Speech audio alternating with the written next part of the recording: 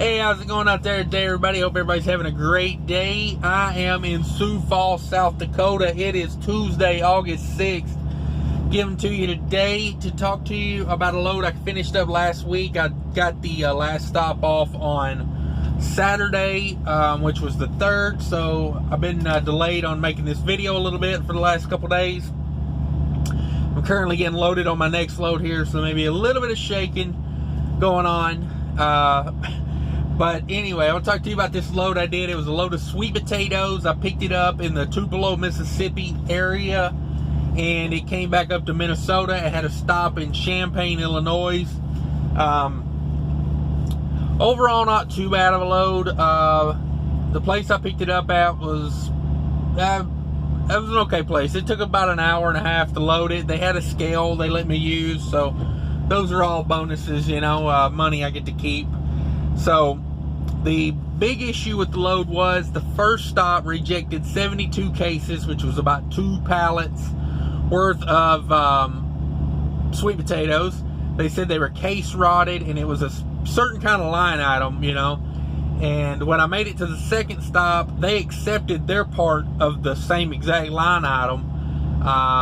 It was the same grocery chain. I don't know what the discrepancy was. I don't know if the first place was too picky.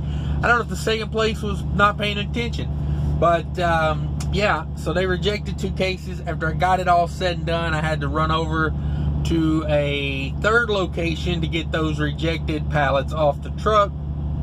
The broker threw in a little extra cash and made it all worth it. So, you know, that was an okay situation. They found me a pretty nice place. It was only about 15 miles away, so it didn't ruin my whole Saturday. It took about an hour to unload the 2 pallets. Once I got over there and got, you know, from the time I got there to the time I left was about an hour. They got me in and out pretty quick. So it wasn't that big of an issue. But yeah, that's kind of how that load went.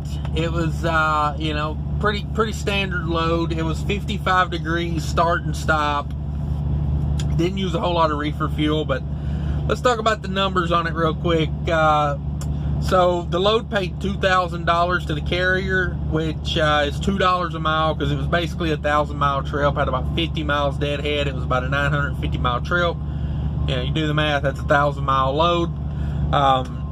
So $2,000 to the carrier, $1,600 to the truck, plus the broker gave me another $160. Or I shouldn't say they gave it to me. I earned an additional $160 by you know, having to deal with that issue with those 2 rejected pallets. So that's $2 a mile to the carrier, $1.60 a mile to me, plus the $160 for the additional stop. Total revenue to the truck was $1,760 on that. Not a bad load for 1,000 miles. I mean, made some decent money on it. Truck fuel, I put 147 gallons into truck fuel at $2.88.9 a gallon, $425 worth of truck fuel. Reefer fuel, 16 gallons at the same $2.88.9, $46, $471 total fuel cost. With fuel discount, $31 came off of that for a total of $440. I had one $8 toll on the load, and so that put me in at $448. $448 there for the total variable cost, and $1,760 revenue minus the $448 left me $1,312 on that after variable cost. I still have fixed cost. I don't put the fixed cost in there because everybody's fixed cost is going to be so much different. Some people got truck payments. Some people do different, you know, maintenance things.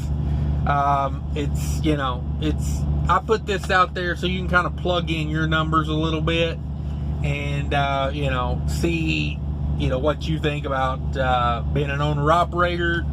It also depends a lot on, you know, how many miles you're going to run, because if you're going to run more miles, your fixed cost per mile is going to come down a little bit.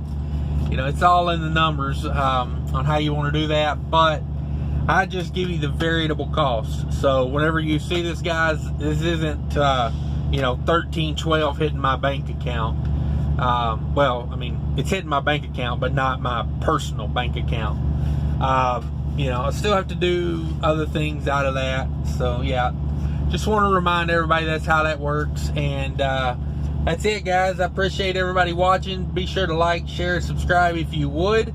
And I appreciate everybody leaving comments. There's a wealth of knowledge just in the comments, and you should check those out. And let me know how I'm doing. If you don't like something, let me know. If you like it, let me know. Thumbs up, thumbs down, do all that good stuff. Thanks for watching, everybody. Take care of each other out there, everyone.